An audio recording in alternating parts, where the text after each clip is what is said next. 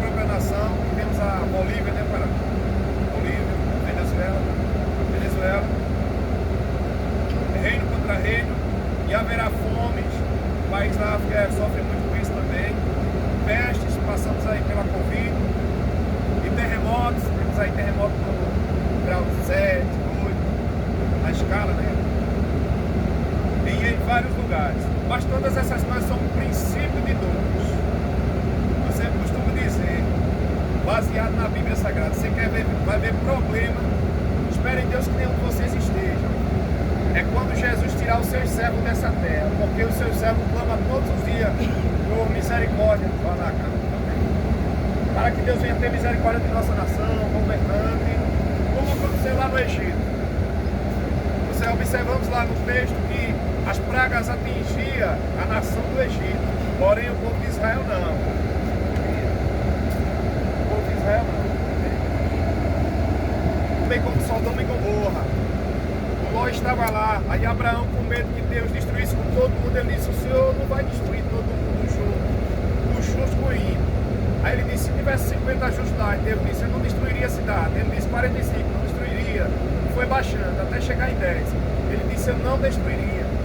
Se tivesse lá 10 justos, ele pouparia a cidade. Está vendo a base do que eu estou falando?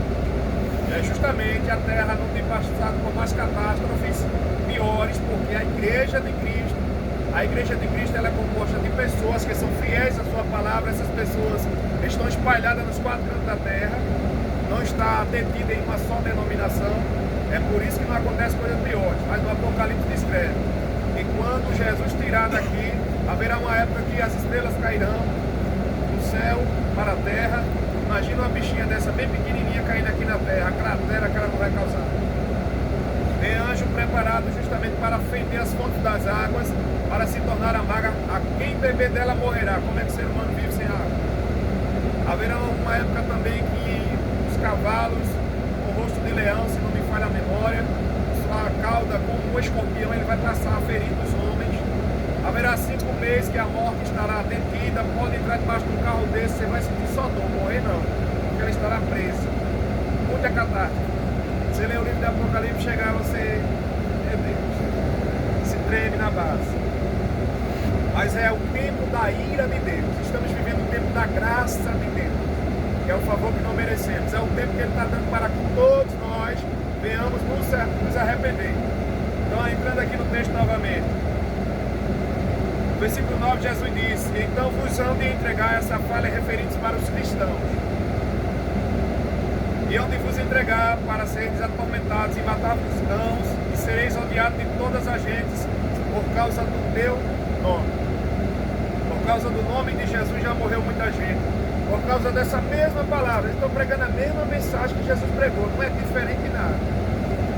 É a mesma linha, como ele disse: ide, Mateus 28, fazei discípulos em todas as nações, ensinando o que eu vos ensinei. Não pode ser criado nada acréscimo ao Evangelho de Cristo Jesus. Tem que pregar ele da forma que ele é. O Evangelho não precisa da mentalidade humana, o conhecimento humano, para aperfeiçoá-lo, modificar. Não precisa. Paulo vai dizer em Gálatas, capítulo 1, de se um anjo descer do céu com uma nova revelação, não creais. É anátema. Anátema quer dizer é o maldito. É o Evangelho que Cristo deixou em ponto final. Vamos mais adiante. Ele disse: nesse tempo muitos serão escandalizados, envergonhados. Na nossa época, será que você tem visto aí nas redes sociais algum escândalo envolvendo pseudos pastores? Homens que se nomeiam pastor, é estupro, é morte de criança, por aí vai. Mas é porque não se converteram de verdade. Como disse Jesus, nem todos que disseram o Senhor entrarão no reino do céu. Nem todos que estão fazendo parte de uma denominação religiosa, ou igreja, ou se nomeia cristão, gospel, seja lá como for, vão entrar no reino do céu. Mas são aqueles que forem fiéis e obedientes a esta palavra. Aí Jesus disse mais: e trair-se-ão uns aos outros, e uns aos outros se odiarão. Ah, como estará o comportamento da humanidade, o ódio dominando. Paulo, escrevendo na segunda carta a Timóteo, capítulo 3, ele disse como estaria o comportamento humano: amantes de si mesmo, egoísmo, enganadores, ele disse, não respeitariam pai e mãe, é o que nós vivemos. Toda essa decadência que estamos vivendo é um sinal, um pré-anúncio da volta de Jesus. Tudo isso. O falso profeta ia ter batendo um no outro. Tem tanto falso profeta. Deixa eu ver mais. Daqui a pouco eu falo dele. E surgirão, versículo 11, muitos falsos profetas que enganarão a muitos. Aí como é que aí você não pode ser enganado? Conhecendo esse livro sagrado, buscando conhecê-lo, pelo discernimento do Espírito Santo. Aí você não cai nessa não. A lábia do falso profeta, meu amigo, é lábia. Fala bonitinho, uma vozinha mansa. Não se deixe levar. Veja outra advertência sobre falsos profetas. No mesmo capítulo 24, versículo 24, Jesus disse, porque surgirão falsos cristos e falsos profetas e farão tão grandes sinais e prodígios que, se possível fora, enganaria até os escolhidos. Fazer o morto ressuscitar, o falso profeta pode fazer isso. Curar um enfermo, fazer uma pessoa levantar da cadeira de roda, ser curado. Tenha cuidado, porque Satanás ele tem poder. Todo o poder que tem é Jesus Cristo. Ele tem poder. Lá em Jó, o livro de Jó, ele fez descer foi fogo do céu. Lá em Jó, ele fez fogo, vento, frio, derrubar a casa com os 10 filhos de Jó dele. Ele tem um poder de influência na natureza também. Você está brincando com ele? O caso é sério, quando você fala, o mundo espiritual não é brincadeira. Aí Jesus disse, se fosse possível até os escolhidos enganaria. Mas por que não engana os escolhidos? Porque temos o auxílio da palavra e do Espírito Santo. Na hora, poucas paletadas eu identifico um falso profeta. Quando eu estou ouvindo as mensagens do meu escuto e vejo detalhadamente. E é coisa mais detalhe. Se você não estiver ligado no céu e na palavra, você vai com ele. Ainda agora eu estava falando quando é isso ali. Ele disse, tu segue isso aqui? Ele segue. Esse cara eu já ouvi dizer que não é cristão. Ele disse, ele fala tal coisa, assim, diz, pronto. Já viu falar disso na Bíblia? Eu disse, não, ele sai fora. É barriga, como diz na Bahia. Então, o Pedro fala também na segunda carta, capítulo 2, versículo 3. No final dos tempos farão de vós comércio, negócio. Mas uma coisa eu venho dizer a vocês nessa manhã. Não perca a sua salvação e comunhão com Deus por causa disso. Porque salvação é individual. Cada um dará conta de si no juízo final. Deixa, cara, é como diz Apocalipse 22, 11. Vou até ler aqui para vocês, eu gosto demais desse versículo. É um versículo dos dias atuais que nós estamos vivendo aqui na Terra. Os últimos dias. E a advertência foi essa. 22, 11 de Apocalipse. Quem é injusto, faça a injustiça, ainda, enquanto há tempo. Quem está sujo, suje ainda. Quem é justo, faça a justiça ainda.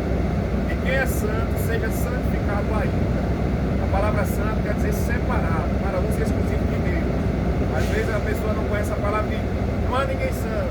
Para Deus, aquele que se converte de verdade, ele é santo, ou seja, separado, para uso exclusivo da sua obra, do seu reino, para o seu reino. Então falsos profetas haveria muito.